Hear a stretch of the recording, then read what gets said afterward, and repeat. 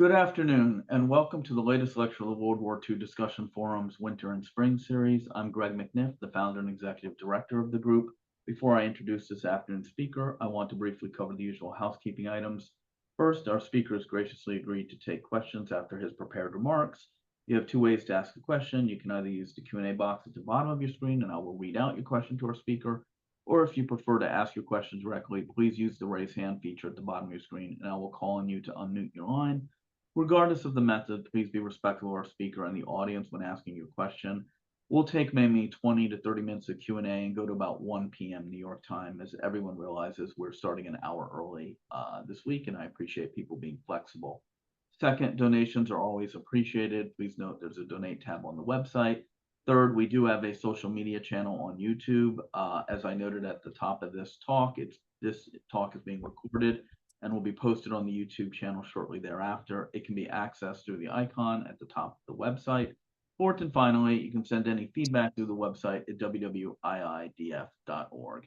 Now to this afternoon's speaker, and candidly, someone who needs no introduction to this group. He's, I think, spoken for us 2 or 3 times before. Always thrilled to have him back and always gets top shelf reviews. Evan Mawdsley is a former professor of international history at the University of Glasgow. He is the author of December 1941, World War II, A New History, and the Stalin Years. He is also the general editor of the 3-volume Cambridge History of the Second World War, and his latest book actually won the Gilder Lehrman Prize for Military History, and it's the book he spoke to us on. Today, he's actually going to address the Red Army offensive war plans in the spring of 1941, which is a theme in his book Thunder in the East, the Nazi-Soviet War in 1941-1945. You can see I put the link in the chat for that. The reviews are really staggering. I'm not going to not embarrass him, but I'm just going to read 2 or 3. From David Stahel, again, no introduction there. Capturing the vast war in a single condensed, accessible, and even-handed volume has eluded most attempts until relatively recently, and Mawdsley's Thunder in the East is without doubt the best. David Glantz, again, no introduction. On the cutting edge of recent scholarship, this thoroughly researched and well-written study remains one of the finest and most accessible single-volume studies of the 20th century most terrible war. While Richard Overy writes, Evan Mawdsley's account of the Russian-German War became a standard work as soon as it was published. The new edition is a welcome update on a subject which continues to invite debate and controversy. Mawdsley is a sure guide through the new literature of the past decades, securing the volume's enduring reputation. And with that, I will turn it over to Evan. And before Evan starts, Evan, I want to make sure I have the book title right for you winning the Gilder Lehrman Award. It was Task Force Supremacy. What was the actual title of the book?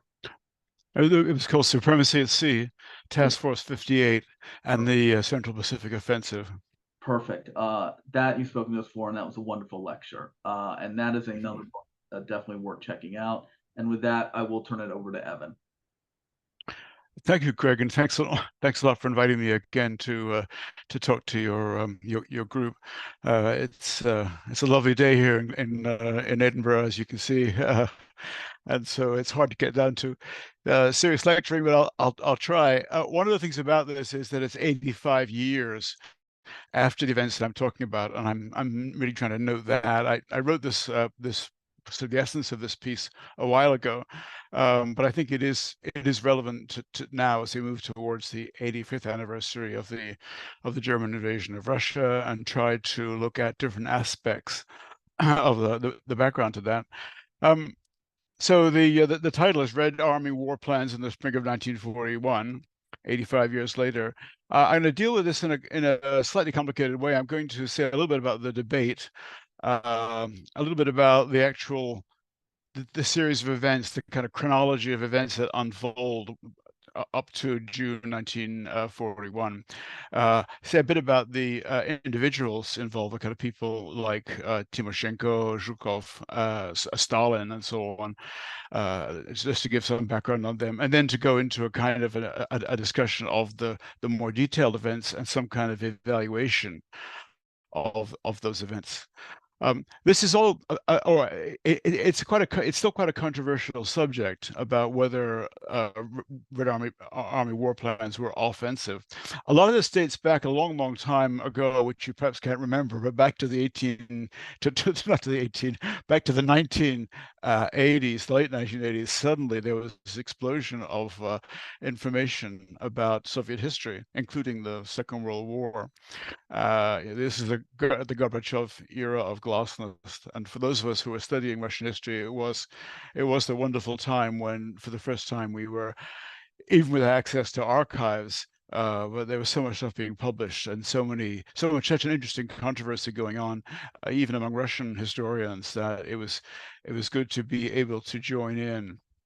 In 1989, Dmitry Volkogonov wrote his biography of Stalin, Triumph and Tragedy, political portrait of I.V. Stalin, which is kind of a noteworthy one key background work to Stalin and his policies, touching among other things on this issue of war plans. And secondly, 1990 was a year in which another book was published about what I would call a revisionist historian. Traditionalists would be people who looked at what happened in 1941 to Russia from the point of view of the Russian defense, the failure of that defense, the rapid blitzkrieg into Belarusia and Ukraine, ending with the Battle of Moscow. But that approach always stressed that Russia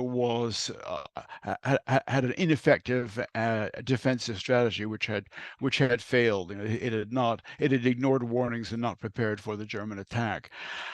The revisionist view, which had existed for a while, I mean, it actually existed back to 1941 when Hitler said on the day of the invasion that, yeah, well, we invaded Russia, but we had to because Russia was about to invade us. That became a kind of a line taken by German historians during the war and by conservative German historians during the Cold War. But it was joined by another individual called Viktor Suvorov. Viktor Suvorov was the pseudonym of a former GRU officer called Vasily Razun, and he wrote a book called Icebreaker.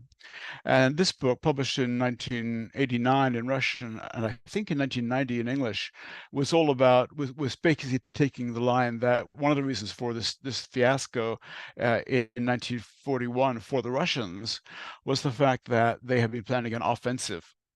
And in June or July, sometime during the summer of 1941, and that had caught them off balance when the Germans attacked. This was quite a controversial argument to make, but it was very it was certainly well followed both in Russia and in the West. It was I think a bestseller, but it was followed by a reaction which you could call the anti-revisionists.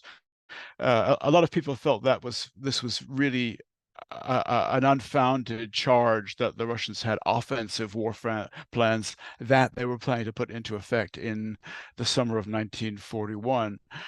Two quite important books came out about 10 years later on, disagreeing with Suvorov. One of them was David Glantz, who Greg's already mentioned, who is surely the finest historian of the Second World War extant.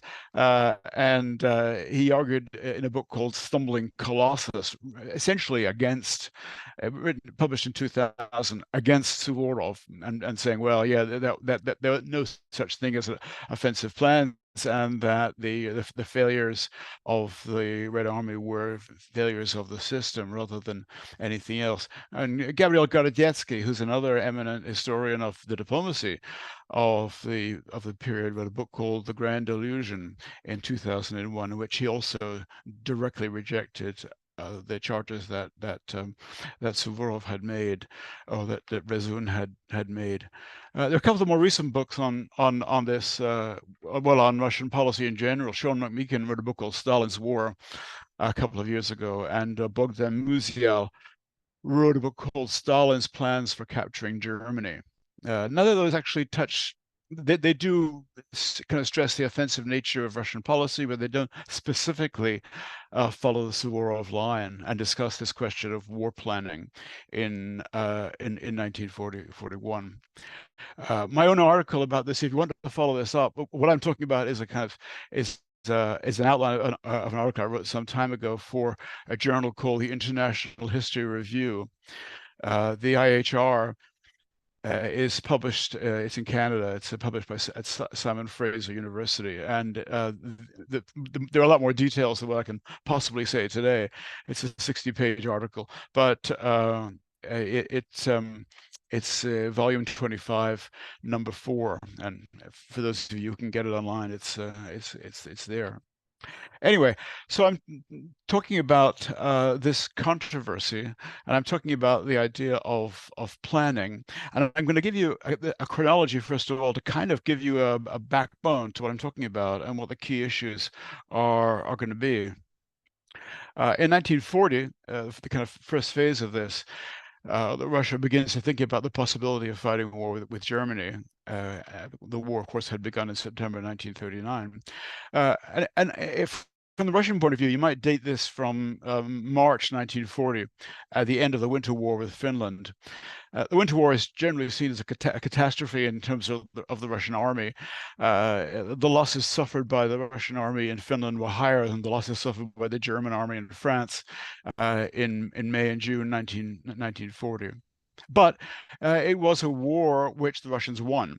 You might see certain parallels with the Ukraine since 2022, but it is a war where Russia launched an offensive into one of its neighboring countries, and it did at considerable cost to itself made progress. Unlike the Ukraine, it was able to get a diplomatic solution where the Finns gave up territory, and although they didn't have to, I mean, they weren't wiped out as a state. But it also, although it was although it was costly, it was successful. But it did point out faults in the Red Army and the military structure of the USSR. And in May of 1917, Voroshilov, who had been the People's Commissar of Defense since the mid-1920s, was replaced by a more active general, Semyon Timoshenko, who became the People's Commissar of Defense, in effect, the military defense, the head of the Red Army on the professional side. Although he'd been in the party since the Civil War.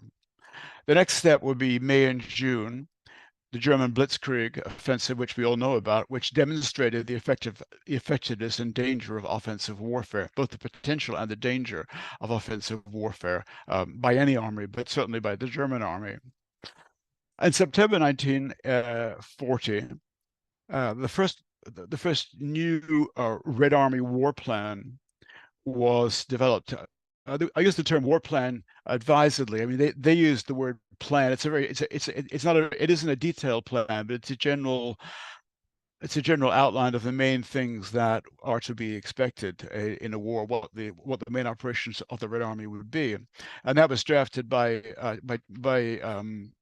Timoshenko and by General Shaposhnikov, who was at that time the head of the general staff. And the notable thing about that is that it was a plan. It was an offensive war plan. It said that if Russia had to go to war in the West, in particular, that it would pursue an advance into enemy territory, and in particular, it would be an advance into, if you think of the Western Front as kind of two sectors, north and south, the north being East Prussia and Germany, the south being Poland, southern occupied Poland. In 1940. In this plan, the stress was on offensive, but a drive deep into southern Poland. They would, in other words, faced with either a war situation or the need for a preemptive strike, that it would be offensive and it would be into southern Poland. And that basic orientation, that is the war plan from September 1918 until May 1941. In October, Stalin and the Politburo accepted the September War Plan as the basic concept for fighting a war anywhere in the West, but in particular against Germany. It didn't specify Germany as the enemy. And in December, there was a Red Army conference to discuss how the details of how this might be developed. In 1941. Things develop towards the end. The end is June 22nd, the German invasion. But in January of 1941, the Russian Red Army has a large general staff war game to see how the strategy would work in a real situation. Again, the strategy is the September-October war plan for an offensive strike into occupied southern Poland. I'll show you a map of that a bit later on. In January, also, Georgy Zhukov became chief of the general staff, replacing General Mawdsley, who replaced General Shaposhnikov.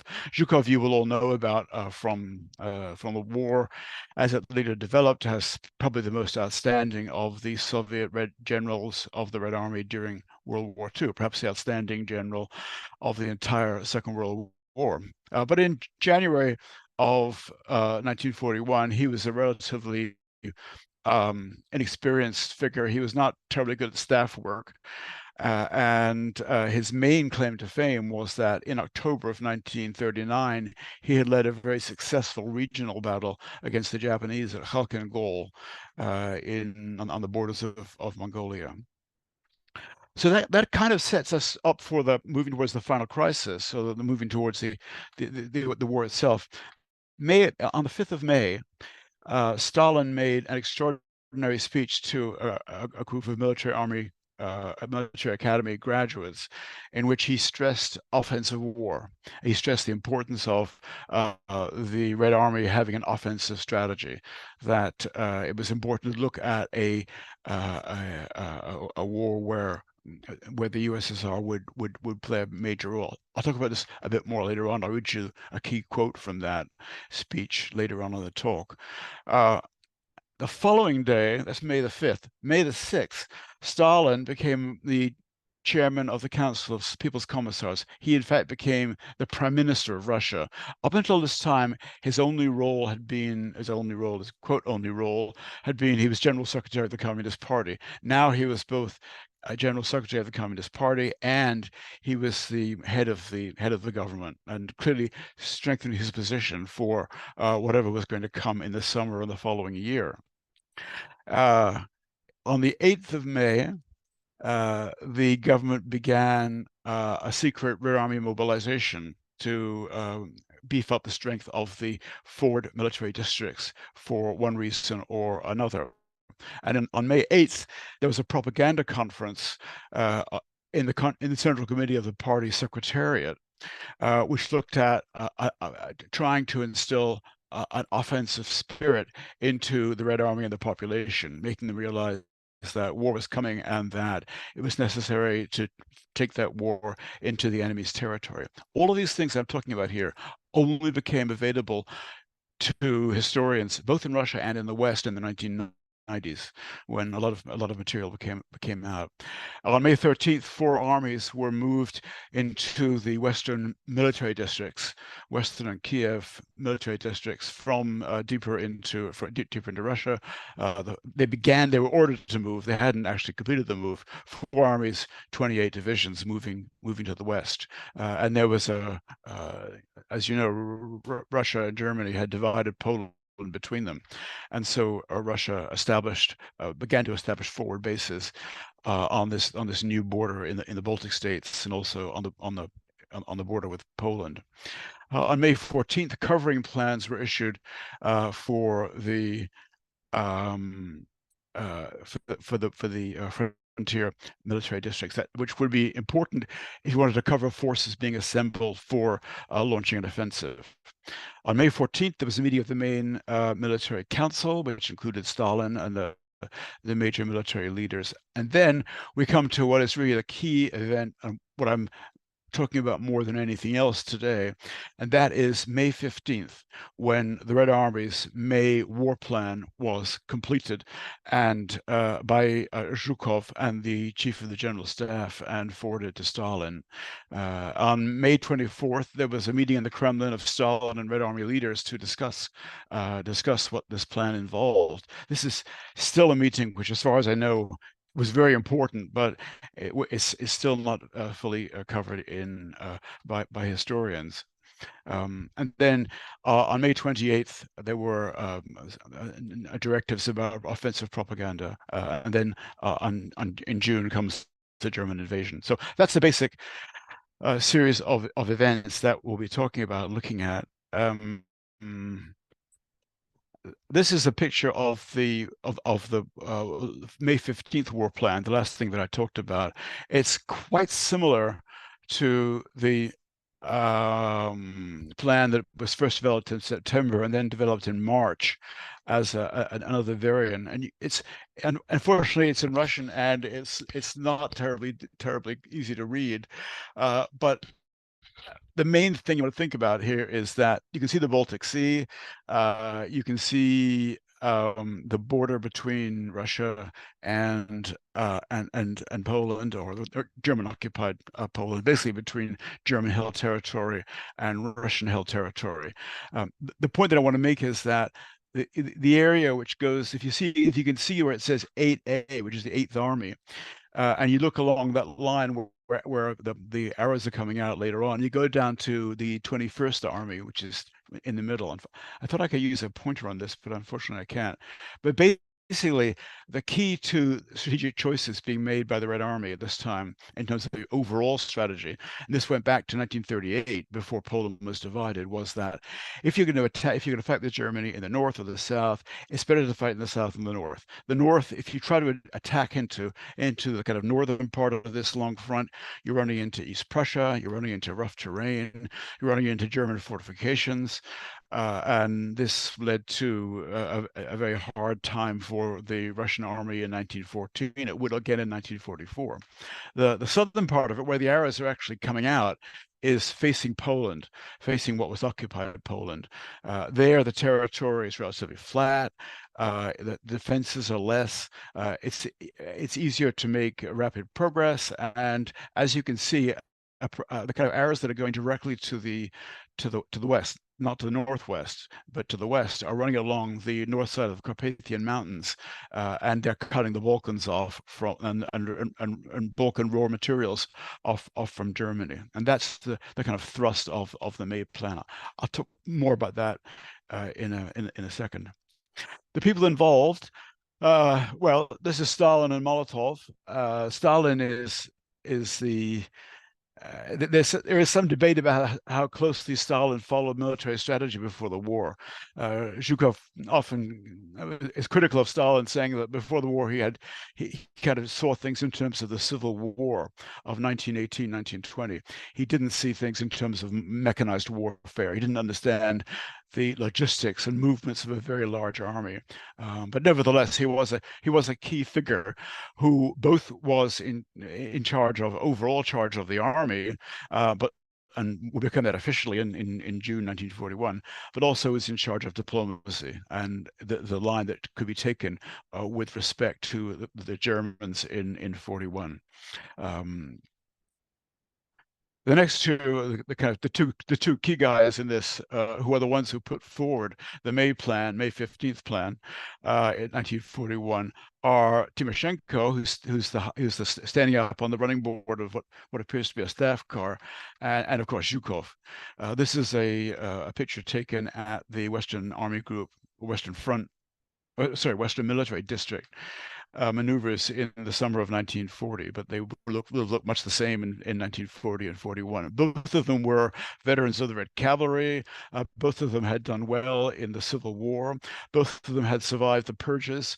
Both of them had a good military track record. Zhukov had been the victor of the Khalkhin Gol offensive in 1939, and even more important, Timoshenko had been the most successful of the commanders in the war against Finland, which, as I said, was very costly, but which did, under Timoshenko's final leadership, advance to a point where the Finns were forced to make peace and give up territory. So these guys are very important. The third guy in the triumvirate is in the middle here. The guy on the right is Golikov, different guy. But this is taken in 1943. But the man in the middle is Alexander Vasilevsky. By that time, he became a marshal. Vasilevsky was probably with Zhukov the greatest general in the Red Army during the Second World War, and one of the most important military figures of the Second World War. He's kind of and he was basically a staff officer, but also was a very prominent as an advisor at the front in various offensives, including both the Stalingrad offensive, but also the offensive in the Far East in 1945. Vasilevsky, oddly enough, was the son of a priest, and as such was really quite suspect in the leadership of the army until the late 30s. In fact, he only gets to join the party, I think, in 1938 or 1939, whereas Timoshenko and Zhukov had both been party members since the Civil War in 1918, 1919. Nevertheless, he was a very able, very intelligent figure who was a key planner and was extremely important, and we'll hear a lot more of him in this talk. The fourth figure is General Vatutin, who was the kind of level down from Vasilevsky in the general staff. Vasilevsky was the head of the operations director of the general staff in 1941, and Vatutin was his assistant. But also, a lot of the documents that I'm dealing with today were drafted by either Vasilevsky or Vatutin, especially the May 1941 war plan. Vatutin, as some of you will know, was actually killed in 1944 when his staff convoy ran into a party of Ukrainian partisans. But he was, until that time, he was definitely one of the outstandingly successful leaders of the Red Army. And finally, this is a picture of a rather older Vasilevsky, who we'll come back to later on, because I want to do a long quote from him about what he thought was going on at this time. This is in 1965 when Vasilevsky was 70. I think he died in 1977, but he died shortly after. He died 10 years later. Anyway, that's the kind of roster of the key figures. Go back here. Okay. So what I'm really talking about is war planning, and there is really only one war plan I've already suggested, which is a war plan, offensive war, and a war which goes into kind of the southern sector. The key thinking about the Red Army and its strategy, really from its beginning, was offensive, and it's kind of mistaken to think about that as a negative thing. I mean, yes, it is a negative thing, and we think of the Blitzkrieg, and we think of Hitler's attacks and so on. But the United States and Britain have an offensive strategy in 1944. That wasn't quite the same as the strategy in 1940, but certainly the argument was that there's no point in sitting still and trying to have a passive defense when your enemy is potentially going to be very active. So the stress, as far as the leaders of the Red Army in 1940-41 was concerned, was the value of offensive warfare, because a passive defense was going to lead to an inevitable defeat. And that was even more apparently clear after May and June 1940, when the Germans were able to breach or to get around the Maginot Line, and with a blitzkrieg offensive attack to knock France out of the war in 6 weeks. But even before that, the Russians had seen the value of offensive war, the value of deep battle, breaking through the enemy's lines with a continuous offensive and destroying him in that way using tanks and aircraft. And that was what Zhukov had been able to do in 1939 in Khalkhin and Gol, and he would do again in 1944 and 1945 in the Second World War. What he said at the military conference in December 1940, which I've mentioned briefly, was the following. He's making a kind of keynote speech about what, from the point of view of the general staff, which he heads, what should be Russia's strategy. And he said, even in 1921, Frunze, who was after Trotsky, the leader of the Red Army, wrote that it is necessary to develop our army in the spirit of the greatest activity, preparing it for completing the tasks of the revolution by energetic offensive operations carried out decisively and daringly.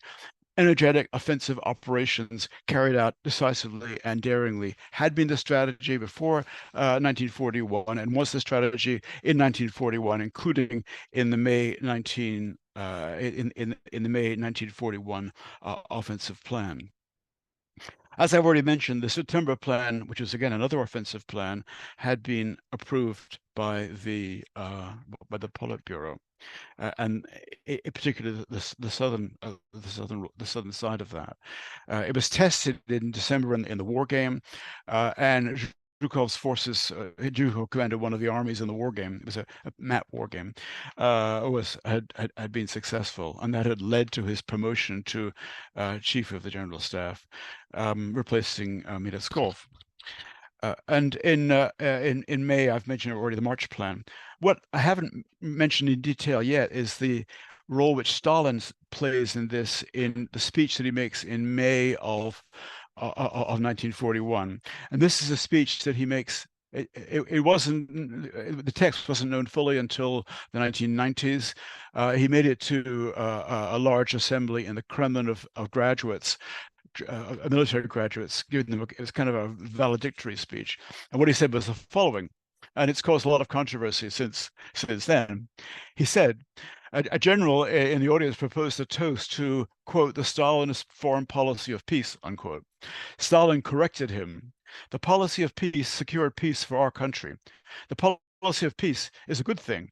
We have up to this time, this is May 9th, 1941, up to this time carried out a line based on defense, up until the time when we have re-equipped our army, up until the time we have resupplied the army with modern means of battle. And now, when our army has been reconstructed, has been amply supplied with equipment for modern battle, when we have become stronger, now it is necessary to go from defense to offense. Defending our country, we must act offensively. From defense to go to a military doctrine of offensive action. We must transform our training, our propaganda, our agitation, our press in an offensive spirit.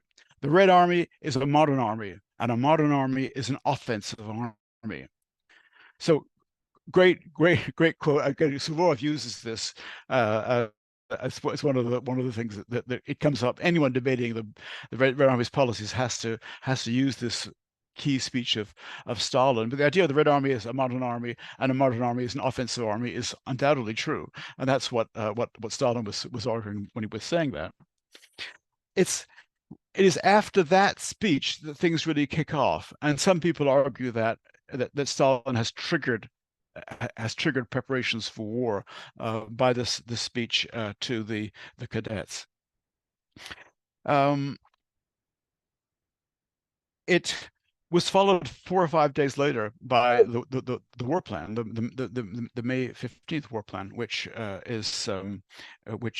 was drafted by Zhukov and Vasilevsky together, and they did argue that they've been inspired to do this by Stalin's speech. They'd say, well, Stalin, who has now changed the military line, we have to say, well, that being the case, what do we do? There already was an offensive war plan going back to September 1940 and March 1941. However, this would be possibly a preemptive war plan against Germany in the near future rather than in the more distant future.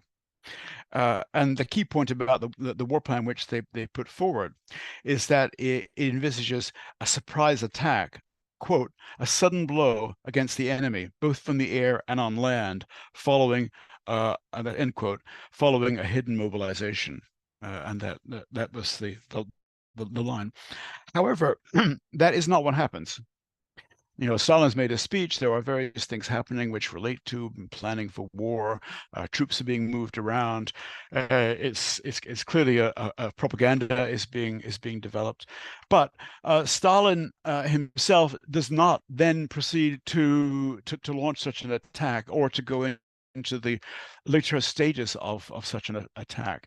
And apparently, again, this is open to debate, but it appears that what Stalin did was feel that his proposal had been an overreaction to his proposal. This plan which Zhukov and Vasilevsky put to him is really inappropriate for the circumstances, and there are various versions of this. Unfortunately, we don't have a document, but we do have there do exist interviews with people who, these were back in the 1980s or 1970s. There were interviews with people who were involved, and they included, this is circumstantial evidence, but they included accounts of what Stalin said.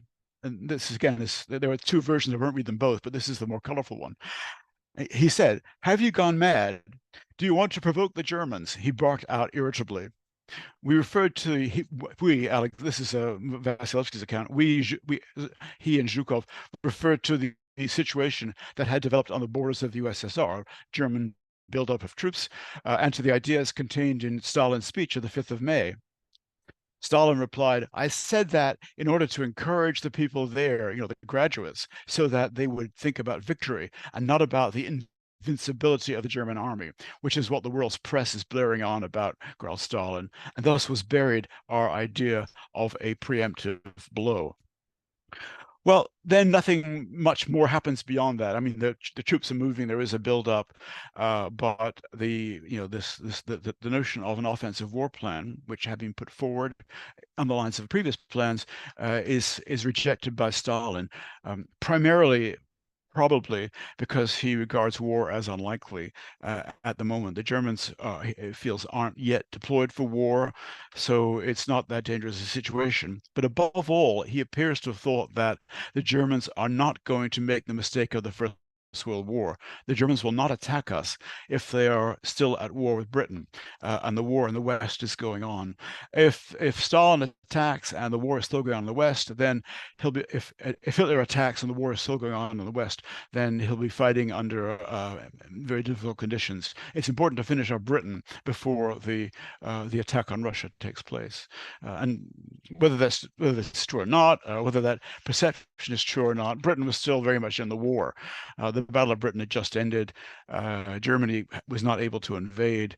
It was, I could talk about that if there are any questions, but nevertheless, that is perhaps the reason why Stalin cooled things down.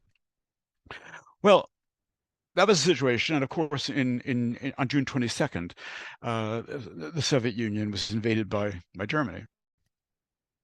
Many years later, Zhukov was interviewed about this and in connection with other publishing activities, and Vasilevsky had said that it would have been, if we'd actually launched some kind of attack, it would have been possible to have avoided the fiasco that occurred with the attack on the 22nd of June by the Germans. Zhukov, who was not on bad terms with Vasilevsky, I mean, they were the same age, and they were both they were the two great generals of the Red Army on the war. They weren't. I mean, they were an analogy that has since struck me is between Admiral Spruance and Admiral Halsey. It's kind of a comparison, but Vasilevsky in this case was the more rash person, and Zhukov more cautious. But he said, Vasilevsky's explanation does not entirely correspond to reality. I think the Soviet Union would have been quickly defeated if we had deployed all our forces on the frontier on the eve of the war. And the Germans had been able to achieve their existing plan to destroy them in the area of the Russian state frontier. And that was, of course, the whole concept of Operation Barbarossa. It is just as well that this did not happen, because if our main forces had been destroyed in the area of the border, then Hitler's forces would have had the possibility to fight the war successfully, and Moscow and Leningrad would have been taken in 1941. Well, that was the way things kind of were being looked at by Zhukov in the 60s and 70s in retirement. He had an interesting post-war, post-Stalin career, as did Vasilevsky. But Vasilevsky was still thinking about it in later years, and I have a better picture of Vasilevsky in color. But I mean, think of this as the guy who is reading the quote that I'm about to read out to you about his view of what the wisdom would have been of a preemptive strike in 1941. He said, Stalin did not grasp the limit beyond which such a line a line of avoiding war became not only unnecessary but dangerous. The kind of the language he was taking in 1941 and 42, not doing anything until the German aims were clear. That line became not only unnecessary but dangerous. Such a limit should have been correctly determined. The armed forces brought to full combat readiness at the maximum possible speed, accelerated mobilization carried out, and the country converted into a single armed camp.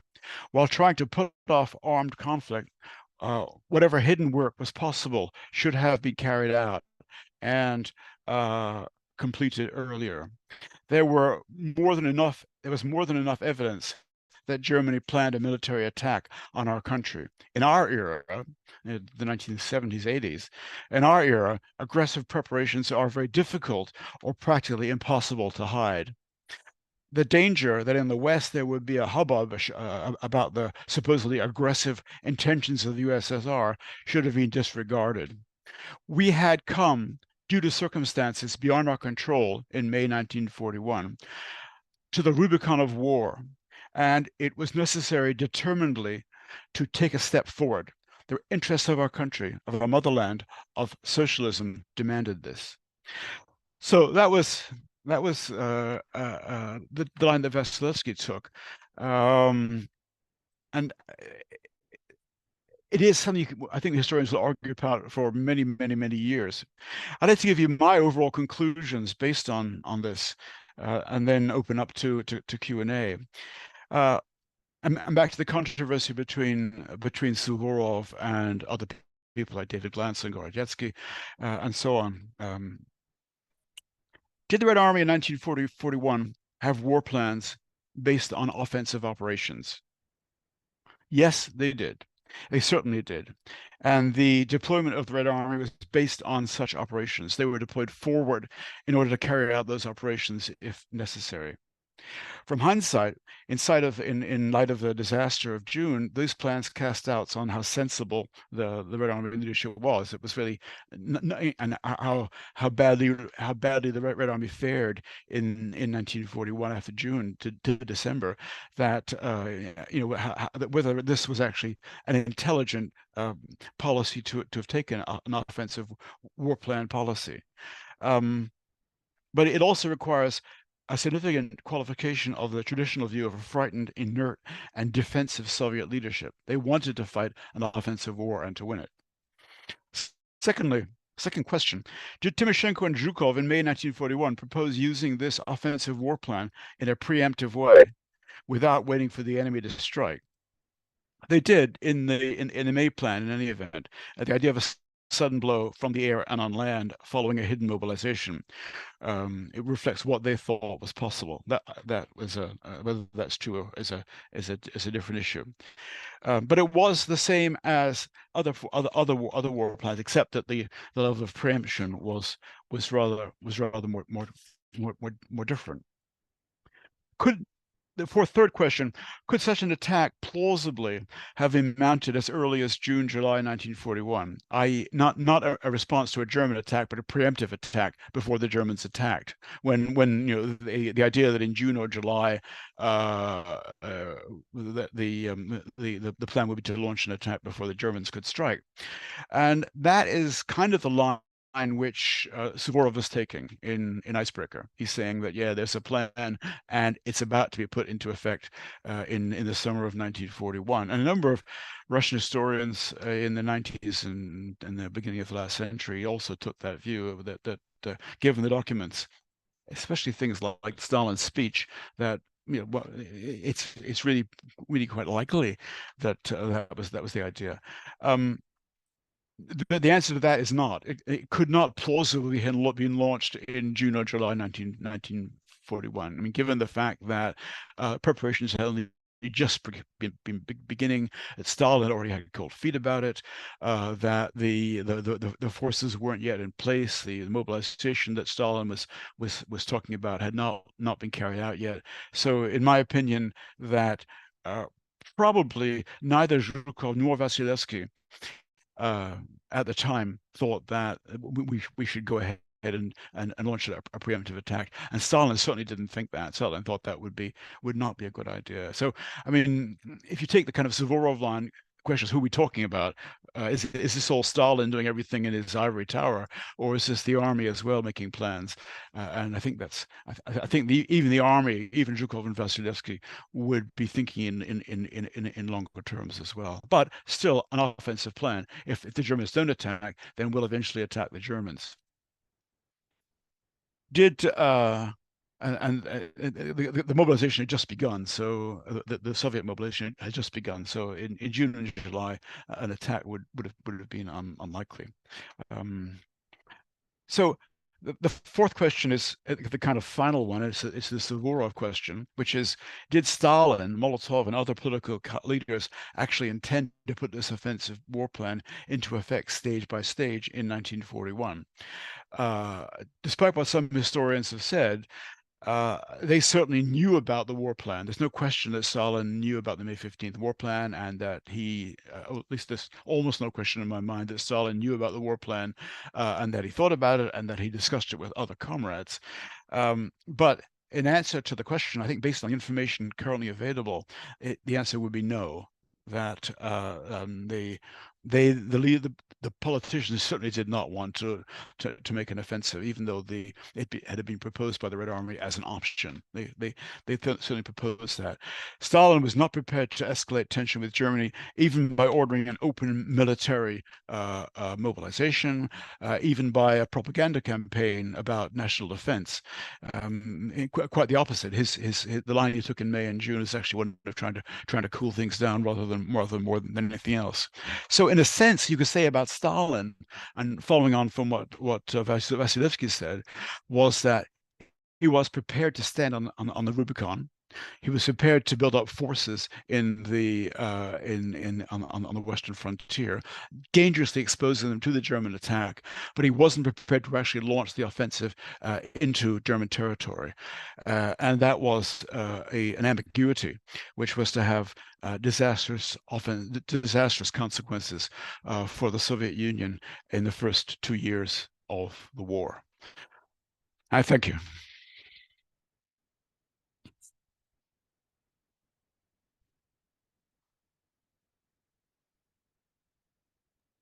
Hey, Evan, this is wonderful. Thank you. I see a number of questions already in the queue. Maybe we'll go first with Frank and then Mike, and then I'll take a few questions from the queue. Frank, if you want to unmute your line and ask your question. Yes, very good. Thank you very much for that lecture. I think everybody on this podcast are very familiar with the period. And I would say that the two problems with narratives are, first of all, the smoking gun, and the second one is circumstantial evidence. The unfortunate thing about most narratives, if they depend on reliable sources, so-called, they come up with somewhat of a strange end state. Whereas if you go circumstantial, it's a lot harder to do. It's a lot harder to do. And so when we look at this opening stage, we see many anomalies that don't make sense. You know, after all, the Soviet Union ended up as the most powerful state, second to the United States. Now, that may not have just been by happenstance or by smoking gun narratives. Rather, it was a deliberate and policy with military strategy subordinate to that policy. So if we go back to 1930, we see Tukhachevsky and Efremov and Triandafilov and all that. They've done deep attack. It's all done. It's all done and dusted. They've got BT-35s. They're ready to move. Especially as the United States in particular was on the ropes because of the Wall Street crash. Then we see, I would say, the most important general of the 20th century by far, and that's Boris Shaposhnikov. Boris Shaposhnikov took over from Tukhachevsky, and Tukhachevsky was purged along with everybody else who was involved in understanding and activating the deep attack. So that's a fact. And that means you have an explanation behind the purge. It's Shaposhnikov. Shaposhnikov takes over for a reason. And the reason, you can go back to World War I. World War I was won when the United States got in on the side of Britain. That was very difficult to do, but it was done. Stalin ended up a communist state on the side of the United States. How do you do that? Well, you do that by being the victim. Do not provoke. And if we look at the Finnish War, that was the precursor to this. We see that in the first stage, they were just throwing bodies in there because that was the 3-day plan, according to Howes and Salisbury. It was a 3-day plan put together. They just threw soldiers in there and they were massacred. But then they did a very sophisticated plan that had been around for a long time. That's Shaposhnikov. And took out Finland in no time at all. So you have a first and a second echelon type of operation. First echelon, we see Shaposhnikov putting 4 million, mostly Ukrainians, into the front line with virtually no training. We see this today in Ukraine. On the understanding that the second echelon would be alerted, but the first echelon would not. So you got all these 13,000 tanks, most of them obsolete, and the aircraft all obsolete, you can't maintain, and it's all worthless. For what purpose? The purpose is victimhood.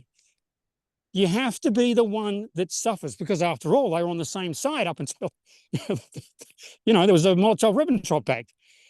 And then what happens? The United States starts giving them Lend-Lease, and then it goes through the roof, and they win the war. That is a plan that makes sense, but it's all circumstantial. It is not smoking gun. And as far as Vasilevsky and Vatutin, they were acolytes of Shaposhnikov. Shaposhnikov died in 1943. Whereas Zhukov was the thug who just did, what he was told. So he came up with a stupid plan based on what Tukhachevsky had put together. And that was poo-pooed, and he was told to shut up and do what he's told, which he did for the rest of the war. But, that's circumstantial. You don't go with that. You go with a narrative that doesn't make sense. So that's my comment. I understand it's going overboard a bit, but I'd like to hear what you've got to say. Yeah, thanks, Frank. That's great. Evan, I realize, if you have a chance to respond, there are a number of quickly. The idea, I was talking about a rather narrow subject, right?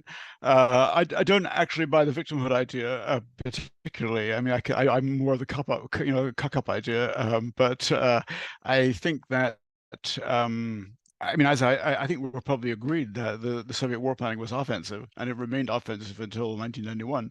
So I don't have an issue with you there. I think you're seeing kind of more of a kind of Machiavellian twist to the planning. Let's lose the war so the Americans will give us Lend-Lease. I don't think that. I think they lost the war because they were inept and because they were badly deployed. But I agree with you. Shaposhnikov was very important. Although he is given the boot in. I think Vasilevsky is more important as an overall leader. Anyway, Greg, what could you? I'll leave that there if that's okay. Yeah, that's great, Mike. If you want to unmute your line and ask your question. Yes, just excuse me. Just wanted to start out by saying a corrective to Greg. That was Frank. I'm Mike. But I do have a couple of questions. First of all, it was a bloody good talk, but I have two questions. Were any considerations given to air power or combined arms in any sense in these offensive plans? Because given the state of Soviet air power versus German air power at the time. And kind of following on that, also given the idea, age-old idea that the enemy, in any plan, the enemy has a say, I'm going to ask you to conjecture and say, what were the odds of success for an offensive operation, especially as it was getting close to May of 41? Sorry about my voice. Sorry, I understand. The first part I understand. Yeah, it was very much a combined operation. Air power was very important in it. But what was the second question? I didn't The catch second that. question was, what would you be your conjecture as to the chances of success for an offensive plan, especially given the German buildup? Yeah, and given that, yeah, I mean, I think the whole point, one of the points about it, I think, is that, yes, the June to December was an absolute. June to October, November was in 41 was an absolute mess, and clearly the Red Army was not quite a paper tiger, but it was much weaker than one would have thought. And really, I think that given probably it wasn't just the initial shock that did that. It would have been it would have for ineffectively if it had launched an attack, it would not have gone well. In fact, something very similar to this is actually done in 1944. Okay, in terms of the strategy. But it wouldn't have happened in 1941. Zhukov I think was right that it would have been a real mess. The point about combined arms is interesting, though. I think this is not a backward army. The Russians have a lot more tanks and aircraft than anybody else. A lot more tanks and aircraft than the Germans do. The point is that they can't operate them very well, and as you say, they're obsolete, or not all of them are obsolete, but a lot of them are obsolete. The tanks certainly aren't. Even the BT-5, BT-7s are as good. I mean, the Germans they're not invading the Soviet Union with Tigers and Panthers. These tanks are not the Germans have a lot of light tanks. It's more. I mean, I think the Germans are a very formidable enemy, and the answer to your question, I think, in my opinion, would be that it would have been a very bad idea to have launched an offensive. Yes, and you also, just to follow up, you think that the Soviets had deduced that their air power was equal to, if not better, as far as quality goes, to the Germans. Yeah, it's a strike from the air and from the ground. It's both those things. I mean, the Germans, the Russians also begin to put together 5 airborne corps in the spring of 1941. They don't make them. They're not ready yet, but certainly this idea of deep battle. That you're going to launch an offensive, and it will kind of be echeloned, as Frank was saying. But it goes through various phases, and you're basically seizing bridges, you're seizing river lines, you're seizing going over fortifications very rapidly using tanks, aircraft, mobile forces, and heavy and mobile artillery. All those things are it's very like the Blitzkrieg, or not. It's kind of a more, in theory, a better sustained version of war than the Blitzkrieg was. But nevertheless, it's seen as being air power is a key part of this combined operation that would have taken place. The Russians did toy with the idea of long-range bombers at one stage, but by 1939-40, they've gone for basically fighters and strike aircraft, of which the IL-2 is the most famous, but and some of that's coming on board, but it isn't there operationally until 1942. Right. Okay. Thank you. Thank you very much. And thank you, Mike. We've got a few questions in the queue from Brandon. Were these plans mostly map exercises in the sense that it took account of topology and Russian staging bases, but did not incorporate detailed intelligence of German dispositions? Is there any evidence of what intelligence the Soviets were looking in May? Yeah, yes, that's a very good question. Yeah, they're map exercises. They're looking at the map. They're looking at terrain and river lines. They're also looking at the German forces. One of the most remarkable things that I learned when I was working on the war as a whole was how good Russian intelligence was in 1941. They knew almost exactly how many divisions the Germans had. and how many of them were deployed in occupied Poland. So they were taking that into account. The only mistake that they made was that the kind of concentration of those divisions was actually about 2/3 north of in the northern sector going into Belarusia, and only a third going into Ukraine on the German side.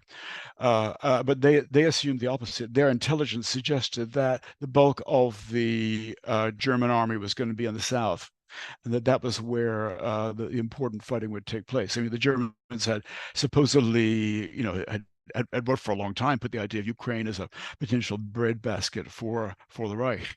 So there were kind of reasons why they would attack there. Also, the Germans had been developing things in the Balkans over the last 6 months.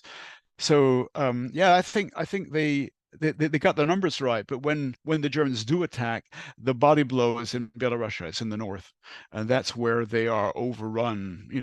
In 4 or 5 weeks, they're back beyond Minsk, but back beyond the Dwina line. Whereas the fighting lasts a lot longer in Ukraine. It also ends disastrously, but they hold the line for a lot longer because of the balance of forces. The Germans are less strong there.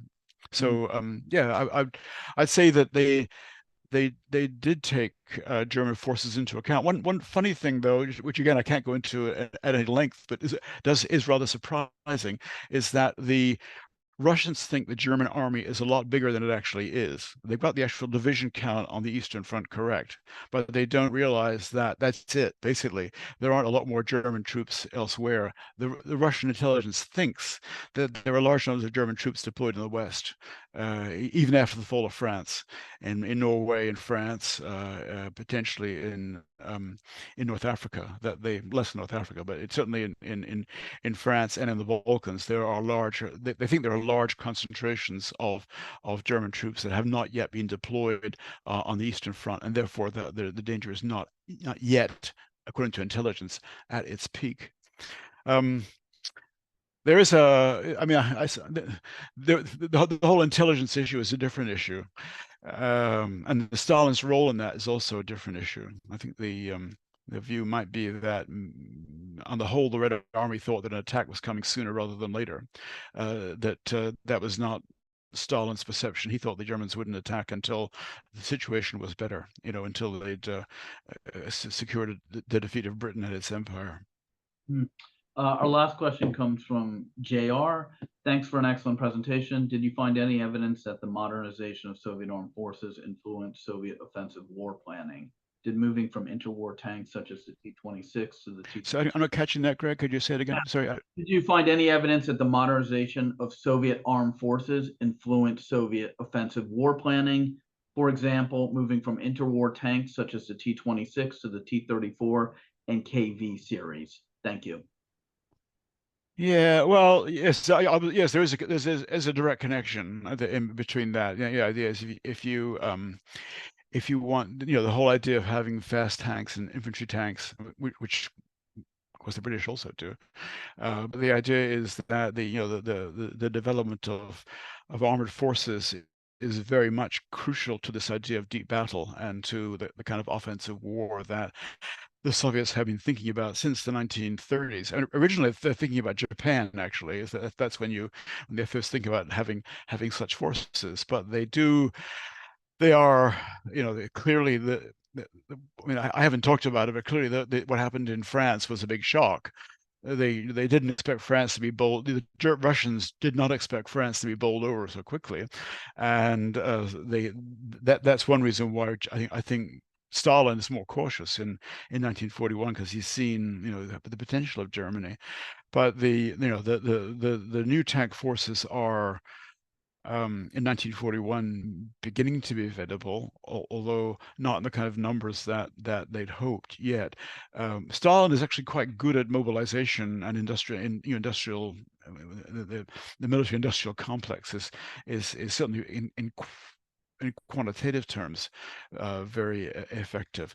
So you know, when the war begins, the Russians have a lot more tanks than the Germans do. They have a lot more planes, but they're not. They can't operate them as well. And in the spring of 41, there's a plan called MP41, the mobilization plan for 41. This is not a war plan; it's an industrial mobilization plan, which would have meant for a much larger Red Army in 1942. And so, the plan envisages really a very large offensive Red Army, which they aren't able to create until 1944, 45, because of the way in which the war develops. But certainly, they're talking about very large numbers of panzer armies of armored corps, which are comparable to panzer divisions. But in June of 1941, they have not yet got enough to flesh out the units that they're talking about in theory. Excellent. That concludes our Okay. talk for today. Thank you to our speaker and for a great lecture and Q&A. Again, the book from which this talk was drawn is Thunder in the East, the Nazi-Soviet War, 1941 to 1945, by Evan Mawdsley. Please join us next Saturday, March 28th at 1 p.m. when historian Phil Craig will discuss his book, 1945, The Reckoning, War, Empire, and the Struggle for a New World, which argues 1945 wasn't just a triumph, it was a turning point filled with unresolved tensions. The book argues we need to understand this moment honestly, both its achievements and its failures, without simplifying it into a clean moral victory. Pretty thought-provoking book, and definitely looking forward to Phil's talk. Thank you again for joining us this afternoon, and we look forward to seeing everyone next week. Until then, take care, and thanks again, Evan. Wonderful talk. Okay, thanks, Greg. Take care, everyone.